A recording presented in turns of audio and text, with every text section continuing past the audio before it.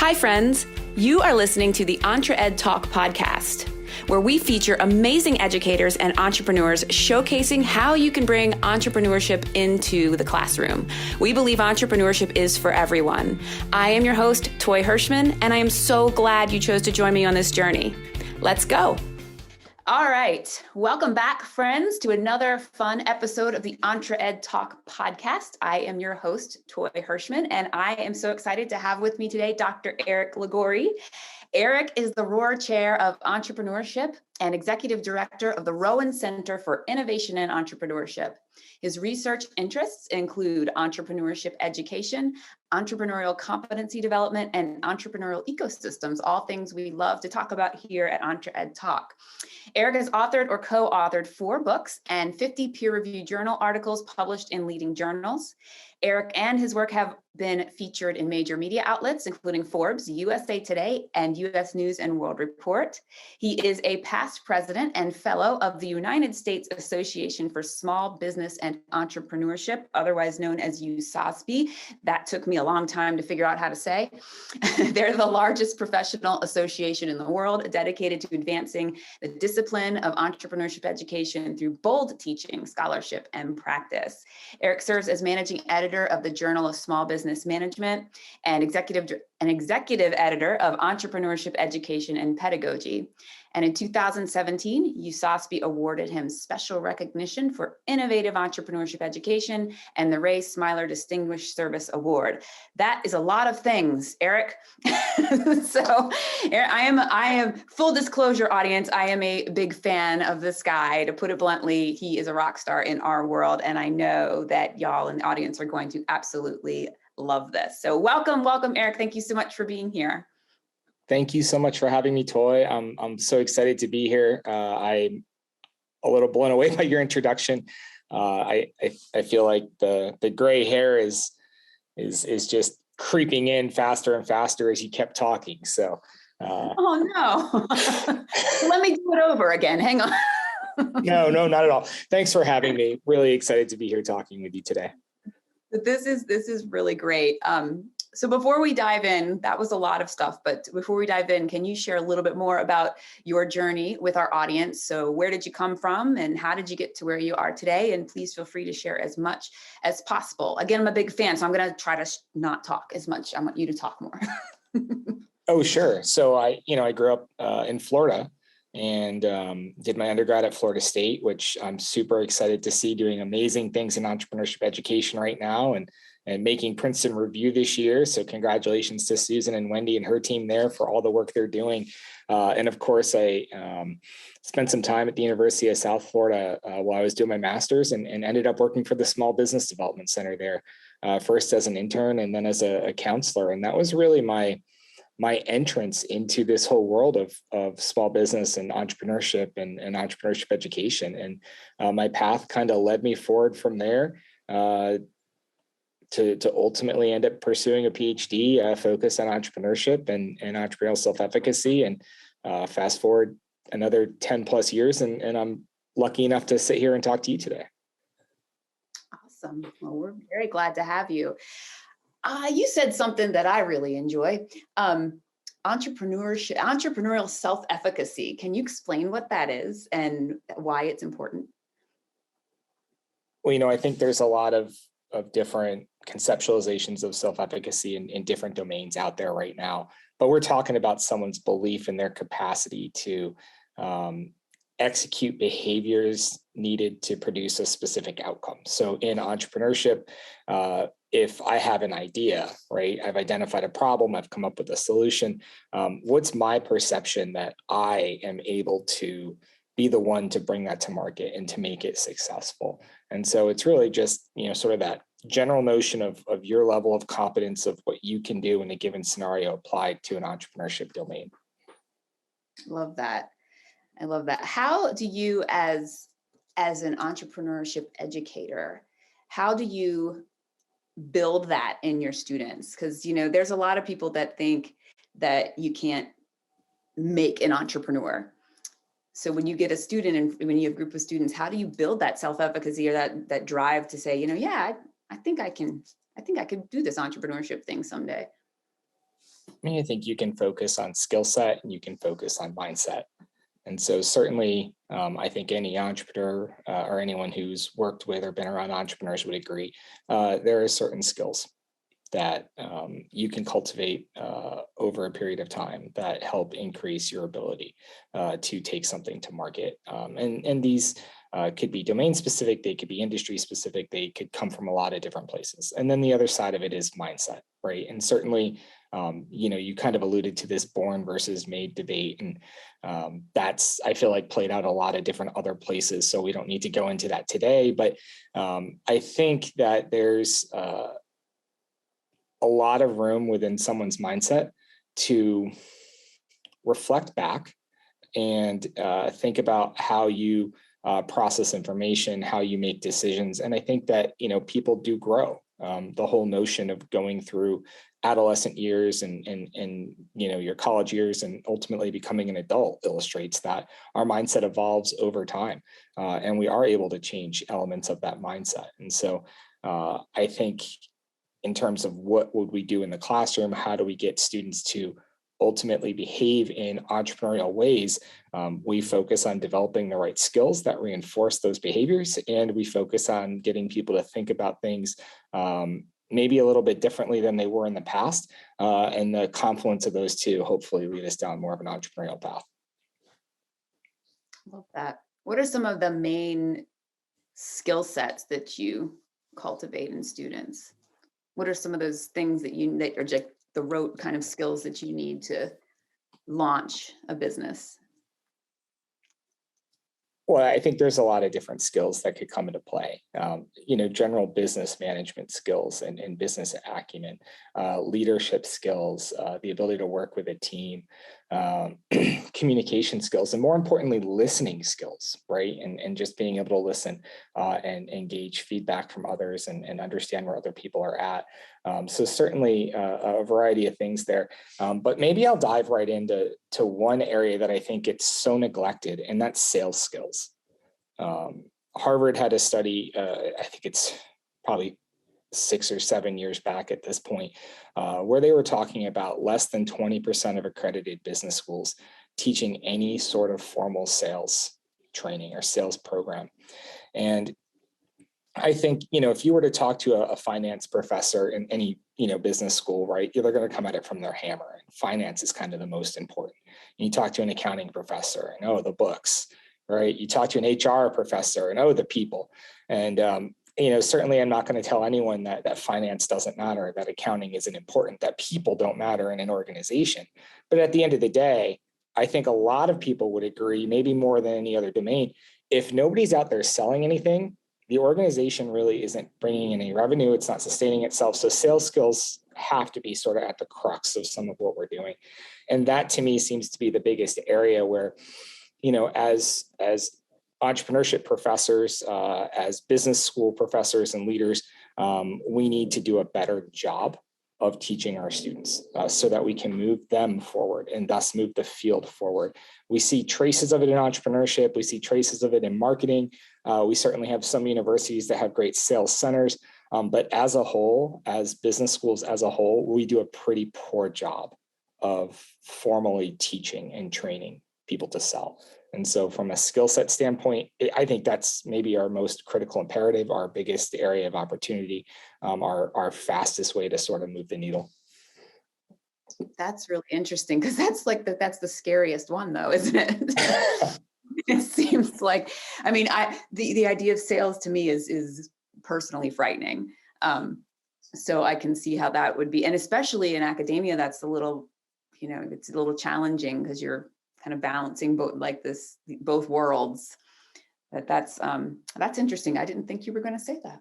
But you could approach it from so many different perspectives, right? Because certainly, you've talked to students who they can go out and they can talk to anybody. But the idea of balancing a balance sheet or sitting and getting through the math requisite in finance or accounting is much scarier to them. And so I think lots of people are good at some things and not good at others, and finding a way to true that up. I don't know that sales has to be as scary as it gets made out to be. We could be talking about a web savvy marketing person who never has to talk to another, human being, but knows how to market and sell online. And so maybe we need to reframe the way we think about it and the way we teach sales a little bit better. Yeah, I guess I do have you immediately kind of have this picture of sales and it's that old fashioned, we saw the movies. So that's right. I'm like, that scares me, but right. Yeah. They think, people think about like, oh, Wolf of Wall Street, or they think about, what happened when, they went to buy their last sort of car and they get this terrible stigma in their head. And they don't necessarily think about the cool ad they clicked on Facebook that, led them to spend $200 last week in advance of the holidays. And that person engineering that is probably just as much of a salesperson as, the stereotypical car salesman, which, those people probably get a pretty bad rap too. That's really cool. I didn't think about it like that, but yeah, that's always been an area of for me. So I want you to talk about your book, Entrepreneurship in Action: The Power of Student-Run Ventures. We love this at EntreEd, and so we, you are more higher ed, but we're K through 12, and so we try to bring a lot of these great best practices down to that level. And we say the younger the better, because some of those kids have some amazing ideas. But I would love for you to share about what that means, what a student-run venture is, and how that works in a university setting.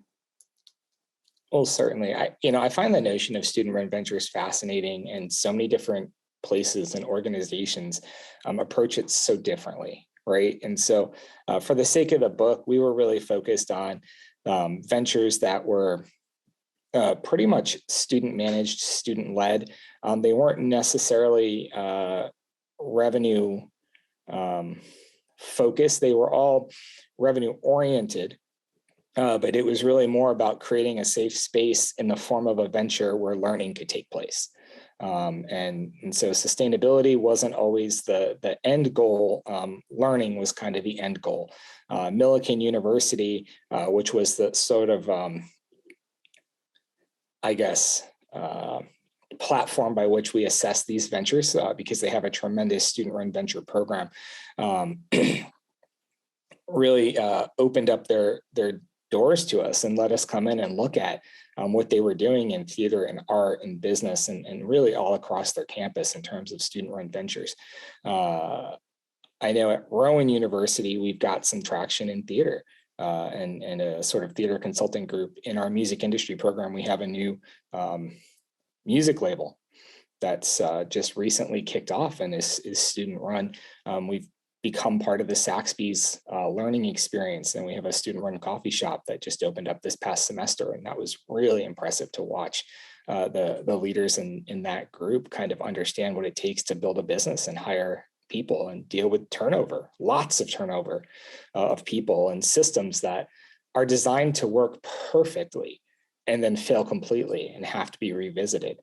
So definitely a lot of conceptualizations there, but to dial it back to sort of the K-12 space, you also see interesting examples happening here, right? And these could be anything from, a lemonade stand and lemonade day to a school store, to I'm sure a lot of other things. You could really even pivot, selling Girl Scout cookies into kind of an interesting venture that is something that students can learn through. We've had some students on here that just blew my mind, the things that they're doing. And we work with a lot of schools that do these big market days, or they have, a lot of times it's like a rock star business ed teacher, or so even it isn't necessarily even in the business program, but just a rock star teacher that has just kind of taken the reins and built this as sort of a after school program, and it's kind of worked its way into the system. So it's really neat to see. I'd love to get your opinion on how going through that experience of running a business helps students build some of that self-efficacy and some of those mindsets and skill sets for entrepreneurship. It's interesting when you look at what a lot of investors and VCs and angels will tell you. They talk about the analogy of betting on the jockey, not the horse. And really, what we're talking about with dealing with students and entrepreneurs is we don't know if a given venture is going to be successful or not, at its early stages. But we do know that along most entrepreneurs' journeys, there are as many, if not many more failures. And if you start talking to entrepreneurs and you ask them, where did you learn along the way, as, common knowledge or I guess, most people would recognize failure was really kind of a profound space where they learned. You ask them about the role of luck versus skill. And, people approach that from a lot of different perspectives as well, right? Some people will tell you, I was in the right place at the right time, and I had the skill or the efficacy to then execute on it. Or I was in the right place in the right time, and I had the skill or the efficacy to identify that there was an opportunity here and then execute on it. How that going through that process from coming up with identifying this opportunity through launching a business and running a business, how you feel that builds those skills and the entrepreneurial skills and mindsets in students. Sure, absolutely. So if you think about, the idea that there are different skill sets and mindset attributes we have to cultivate. Everybody's going to feel really strongly that they're good at some of those things and strongly that they're scared of others, right? So if we go back to sales, some people are going to be scared of sales. Some people are going to be scared of, the bookkeeping side. And so I think launching these smaller scale ventures earlier in life and letting students start to understand, the basics of cash flow, right? You started with $0. You had to borrow $10 from your parents to buy supplies so that you could turn those supplies into some sort of a product that you're then going to go and sell for $25. And now there's $15 more that you have to work from. I think that gets people thinking about how money moves through organizations, about how value gets created, about how you can go and take a product to market. As you go out and you try to sell these products that you make, you're talking with potential customers. You're getting used to talking with people. Inherently, though you might not be thinking about it when you're 7 and you're set up at this booth at this craft fair, right, selling your wares, you're learning how to convey the value of what you did, how to tell the story of what you did, right, and how to generate sort of that narrative. Whether you're doing it consciously or not, you're kind of learning how to read people, how to understand what's interesting to them, right? You sit there and you talk to 100 different people, you're going to notice a pattern of the type of question that you get, right? As soon as you finish sort of that initial pitch. And as you notice that pattern, you're probably changing your sort of narrative. You're refining that pitch. And so you can get better at it that way too. And so I think as we move down the path, we're learning whether we realize it or not as we go through this experience. And I don't ever think about my classroom in terms of, I want students to walk away being able to regurgitate X. I want them to walk away and be able to reflect back on the last semester and say, here's where I thought I was. Here's where I kind of realized I was halfway through. And here's where I feel I am today. And sometimes the net is not positive. I think in a lot of early stage entrepreneurship, and we've got some data to show this, people go in thinking they're better at it than they are. They realize there's a lot more to it than they thought. And they walk away saying, I'm better at it than I was, but I might not be better at it than I thought I was. And so kind of learning through that process is the key piece of it. That's awesome. And we love the idea of experiencing the process of entrepreneurship, and it really excites students. And you mentioned a minute ago about failure being such a big learning opportunity.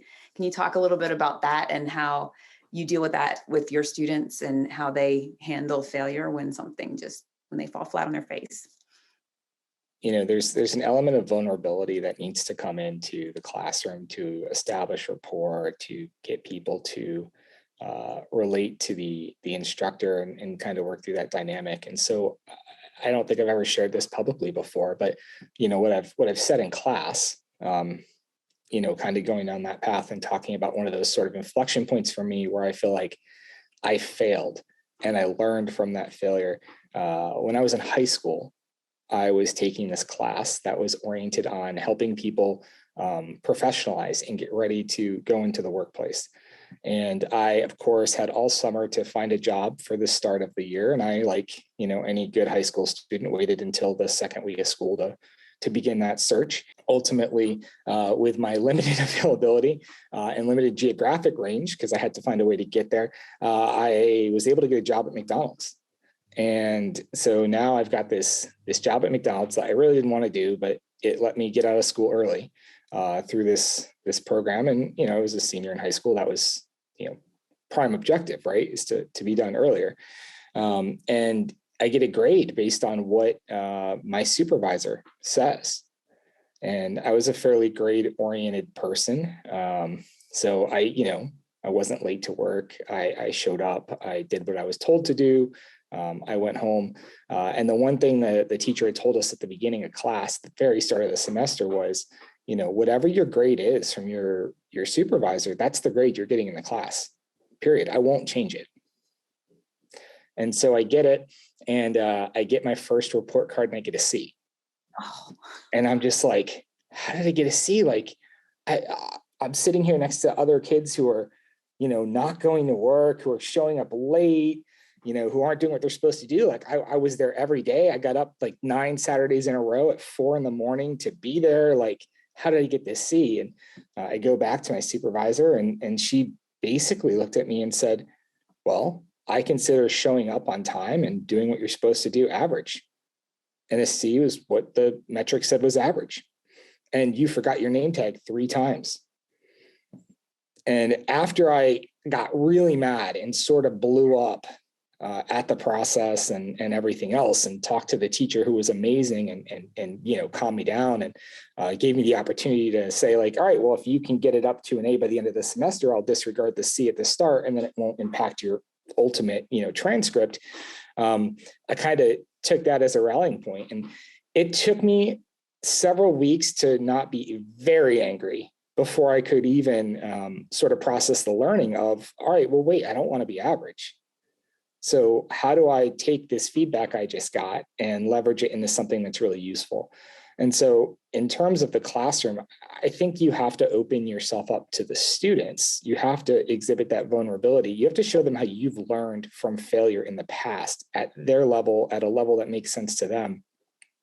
And then you have to give them the opportunity to go out and try something. And then the key becomes, how do you, having established that rapport in sort of a safe space, get them to talk about their experience and to debrief and reflect back on it, sort of with an autopsy without blame approach, right? Like, we're not looking to point fingers, we're looking to learn and kind of dissect what worked and what didn't work. And we see this with, the students I work with at the college level is, they'll go out there, they'll try something. We had a young lady who was doing 3D printed chocolate. And we gave her the opportunity to send them out to a bunch of our network of people. And we bought them from her and everything else. We want to support the student. And one of the propositions in her business model was that she would be able to sell these to large events and they can mail them to clients. But what we realized when these got mailed out is the shipping was, even if it was not damaging the box or anything else, just the vibrations of it really caused some of the chocolate to just disintegrate and to degrade. And so she had an opportunity to try this. She was fairly devastated by the result of it, but we were able to reframe that around, all right, well, what went wrong? Why did this hypothesis fail? How do we learn from it? Is the whole business model down the hill, or is the delivery mechanism of the business model not going to work? Or do we need to change the packaging mechanism so that the delivery mechanism, and it really almost becomes a dissection of what went wrong from the standpoint of how do we solve the problem at hand? And maybe that means that the entire business isn't viable. Maybe it means that we need to change up how we're doing business, but we can take that failure and learn a lot from it. These can go a lot of other directions too, right? You're now dealing with a client who paid you money and the product they got didn't work out. And you might not have the money to give them a refund. And so we can learn a lot of different ways. Yeah, I like how you establish that vulnerability first, and then they feel like they have a partner in solving a problem, instead of just, I failed and that's it, I'm done. So that's really great. That's our biggest lessons. We don't learn from we don't really learn unless we go through it and experience it ourselves. I'm curious as to how you have dealt with this whole shift in education, in higher ed and everywhere, with the pandemic. And because you have a program that is so hands-on and deals with people, how that's changed the way that you might approach things with your students. Well, so some context on that before I dive in. University entrepreneurship programs take so many different sizes and shapes and forms. Our program at Rowan was very hands-on and was 0% online. And so this represented not just a shift, but a drastic change to the way we approached everything we did in terms of entrepreneurship education. Our faculty had very strongly resisted the notion of doing anything online with our entrepreneurship program, because it really didn't fit our entire model. That all sort of changed in March of 2020. We went online initially thinking it'd be for 2 weeks, and one of those weeks was spring break. So we thought, all right, flatten the curve. We can survive 1 week of online, no big deal. And then it became finish the semester out this way. And it's like, all right, well, we can sacrifice. We can recognize this isn't optimal, but we'll make it work. We've established good rapport with the students over the last 8 weeks before we got to this point. It'll be fine. But then it quickly became obvious that the next year was likely going to be very online. And at that point, we couldn't just say, all right, well, we just have to salvage the semester, or all right, we just have to survive a week. We had to sit down and say, how do we take some of the things that we're doing face-to-face and put them into an online mode? And we took some of the activities we would normally do in the classroom, and we tried to do them in an online version. And we quickly learned that some of those things worked very well and others didn't work at all. And so in some cases, we had to go and create new mechanisms for experiential learning in an online sort of environment. We had to revisit how we established sort of a team and a culture within the classroom at the start of the semester. Things like people bingo that we might do the first day of class, where people are walking around from person to person. The technology, the infrastructure just didn't exist for it. And I think it was actually a really powerful learning opportunity for faculty across the country and really around the world, because I think a lot of people were hesitant to go all in sort of this online space, and they're realizing now that the technology is a lot better than it was 10 years ago, that their ability to adapt what they do can fit more of an online modality. And so I feel like we did a very good job of rallying behind that and pivoting our curriculum into this sort of online synchronous component. And now for us, looking at it and saying, all right, well, now how do we translate some of this into an online asynchronous environment? And that's a harder sell. We're, frankly, working very hard to make it work. And we're going through the same learning process again. But it's a lot less scary than it was 18 months ago, because we survived it the first time and we're happy with the outcome. And so definitely always a learning process on our end as well. Yeah, I'm really impressed with all the educators that had to do it. They didn't even get a warning. It just shift right now. And that, but I'm lucky enough to deal with college students every day. And there's pros and cons, certainly to any age group, but I don't envy the majority of your audience at all. I think you guys had it so much harder. The idea of working with children and young children. I know I saw my sister trying to teach second grade math online. And that's a totally different set of challenges. And that's brutal. I don't even know how you try and do it with younger students. But definitely big props to your entire, K through 12 audience for everything they did, because I think they had a much heavier lift than we do. Yeah, it was rough, and I got a little taste of it, and that was all I wanted, was a little taste. I got to go in for a friend of mine to do a course, and it was when everything was half and half. So it was so weird. That's all I can say. It was just so weird, and you didn't know if you were reaching people. And then with my two boys, just being at home with them and trying to help them, and just my heart just went out to the teacher. You could hear them like, turn your cameras on. But it was not ideal, but I think hopefully we're coming out the other end of it, hopefully smarter, and we have a lot more tools too at our disposal. So I think that we'll see a lot of really neat innovations in ed tech, and how we can use, the in-person and the technology to really benefit the students. But yeah, it was rough. My heart goes out to all of our audience, whether you're a K through 12 or higher ed or a mom or a dad. It was a rough time. Wow. So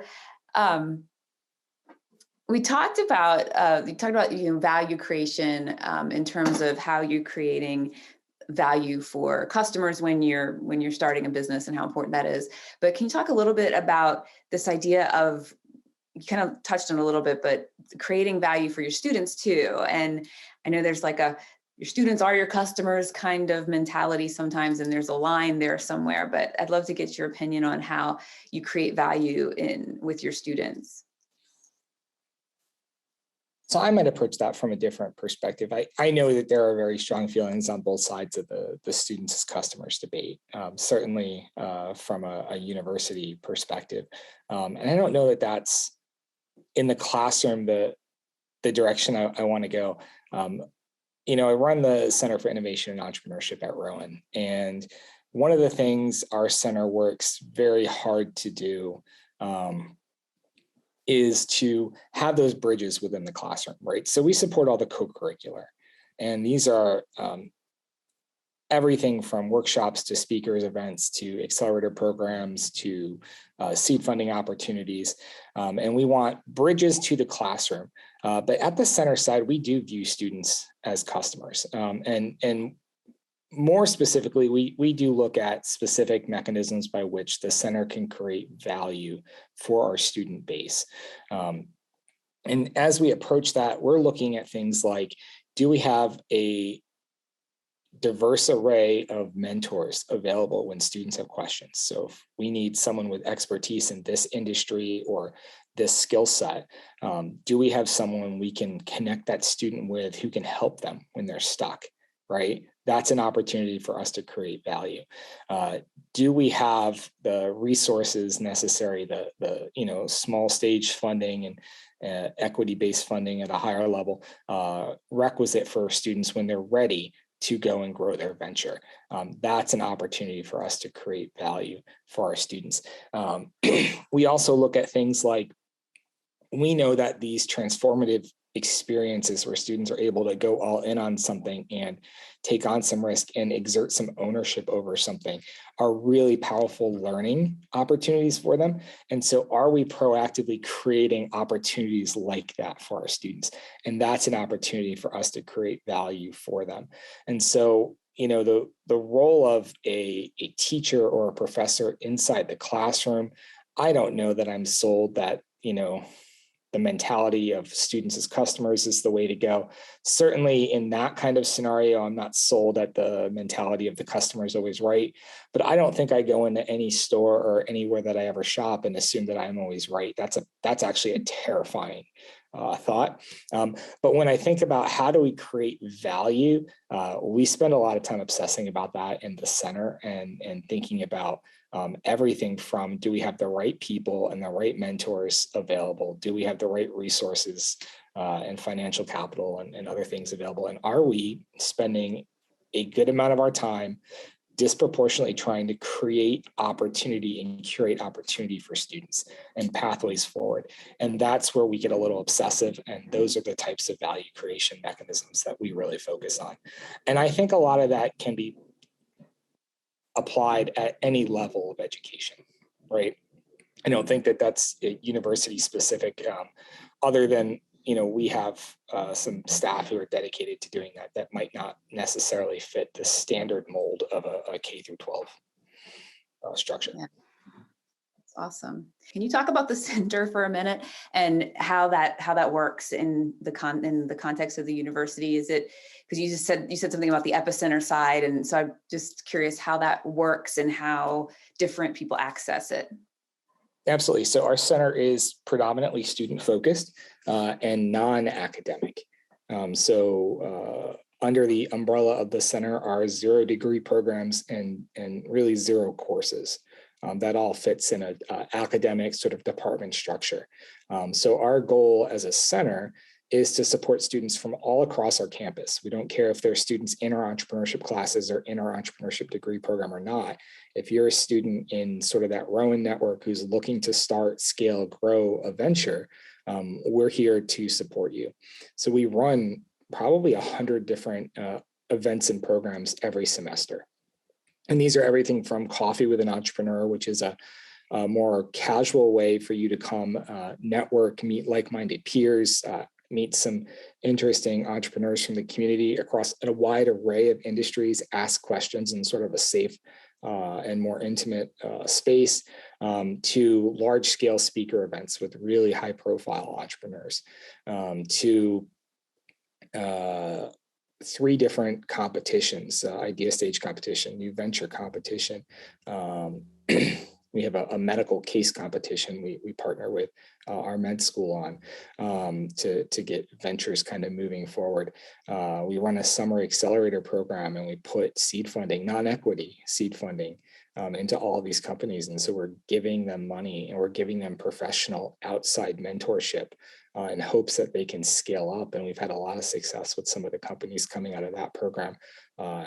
And of course, we see people engaging in these programs a lot of different ways, and everybody kind of has the ability to right size it to them. If you, find value in going to the Coffee with an Entrepreneur series 15 times, then come 15 times.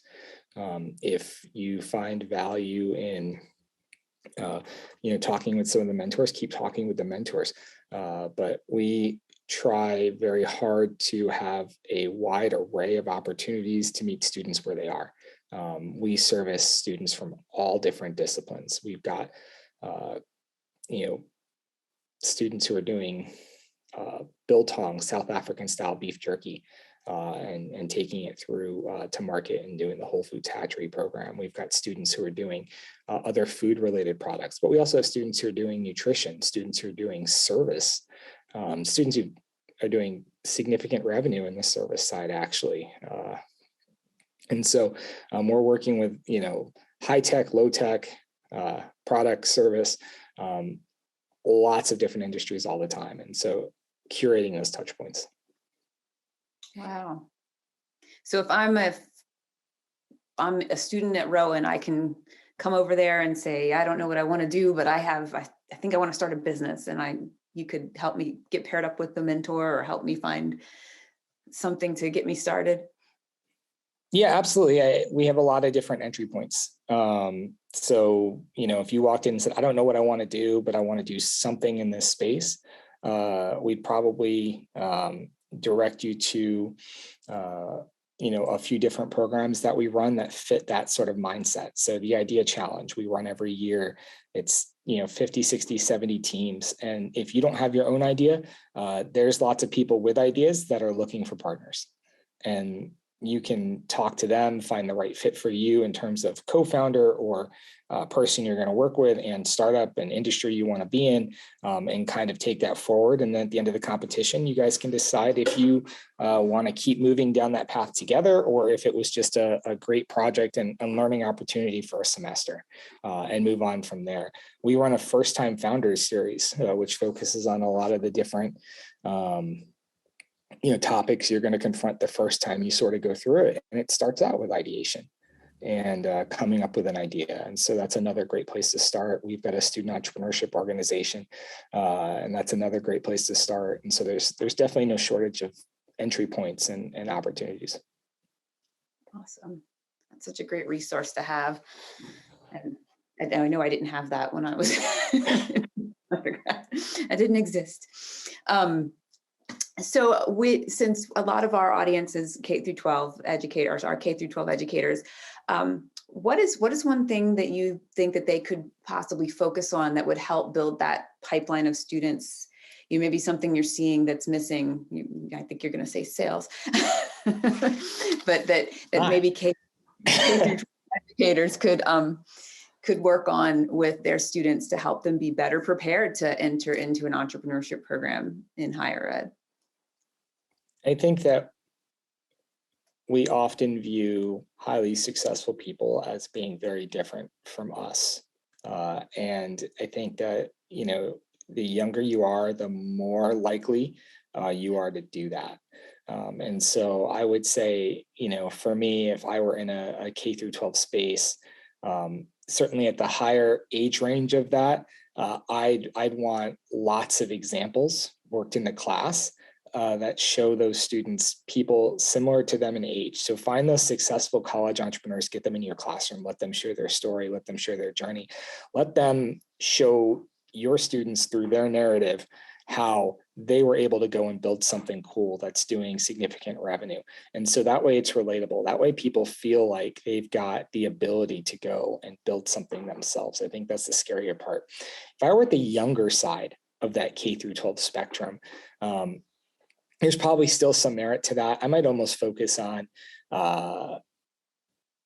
validating and solving problems. One of the things that I think is so cool is the Great America Teach-In. And I've done it probably 5 times now, always with a second grade audience. And man, you talk about a creative population of students. If you get them thinking about like, what would you create? What would you solve? You get like brilliant creativity, maybe not viability. I think my favorite product they were going to take to market, or they wanted to come up with, was a spaceship that could get you, or a flying car that could get you from Florida to California in like 2 hours. And it shot spiders out of lasers and it made hot chocolate. And I'm just thinking, all right, well, parts of this are crazy. Parts of this are absolutely viable. If you can get someone from Florida to California in 2 hours, there's massive value creation there. How do we get this population of students that's incredibly creative, just focused on maybe the viability side of that and taking it forward? And so I would almost say more creative problem solving and more moving it forward. But I say that with one degree of hesitation, because I don't want to do anything especially at that early of an age, to stifle the creativity. And so, I'm hoping that we find a better way to balance not stifling the creativity with bringing in sort of the marketability. And I think some of that is just time. Yeah, that's so true. Because there was a study done where 98% of kindergartners were creative genius. And by the time they're 12, it's down to it was shockingly low, like 12% or something. And then by the time they're 30, it was down to 2%. And it was just, it's because we start boxing them in, because we have the testing and we have and I'm not going to get on my soapbox about that, but yeah, that is an incredibly creative population. I like the hot chocolate idea too. And I can see an application for laser spiders sometimes. maybe that's the, luxury model. Right. But I mean, if you think about it, I think about another example that those students came up with is the teacher framed it as a problem. She said, my dog likes to be left alone. And whenever her cousins come over, they get all up in her face. And what could we do to give the dog some way to tell her cousins to leave her alone? And I mean, the solutions were really interesting, but they were talking about, well, maybe there's a certain type of perfume that she could wear that would, when the other dogs got closer, they wouldn't like it and they'd turn away. Right. All right. Well, that's an interesting way to approach sort of that problem. But then they also said, well, maybe she could have some sort of a thing on her neck where if she barked, it shot a laser off and it would cut the foot off the other dog. And so, I mean, again, we're approaching this from a lot of different pathways. The teacher's job then becomes, how do I channel this towards something that might be viable or that might solve a problem in a really interesting way? There might be something in sort of a bark collar technology that could emit something that maybe doesn't bother the dog wearing it, but scares away the other dogs that are coming at her. I don't know.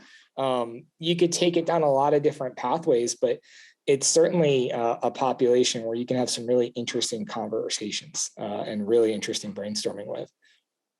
Yeah, and then you got to notice the thinking in the student, notice how they're thinking and how they're processing it. It's a really great. I love working with the little guys because they are just. I walk out of there smiling every time. That is awesome. Well, thank you for that. That's really good advice. So how can folks reach out to you, find out more about you and your programs and your research and all that good stuff? Well, I should be fairly easy to find. My email is Eric Liguori, Liguori @gmail.com or Liguori@rowan.edu. You can go to rowan.edu/CIE to get in touch with us at the Center for Innovation and Entrepreneurship there. We'd love to learn more about what you're doing. We do run a summer program for high school students. It is free. Students earn college credit. And because of COVID, when we had to flip it online, we opened it up nationally. And this past summer, 7 states represented and 2 countries. So very cool to see students from as far away as Egypt participating. Wow, that is neat. Well, everybody check that out for sure. That is awesome. Well, we'll wrap up, but Eric, thank you so much for hanging out with me today. And you'll be our last recording before the holidays. So happy presents for me. Thank you so much for your time. Big fan of the work EntreEd is doing. So any way we can support it, let us know. Likewise.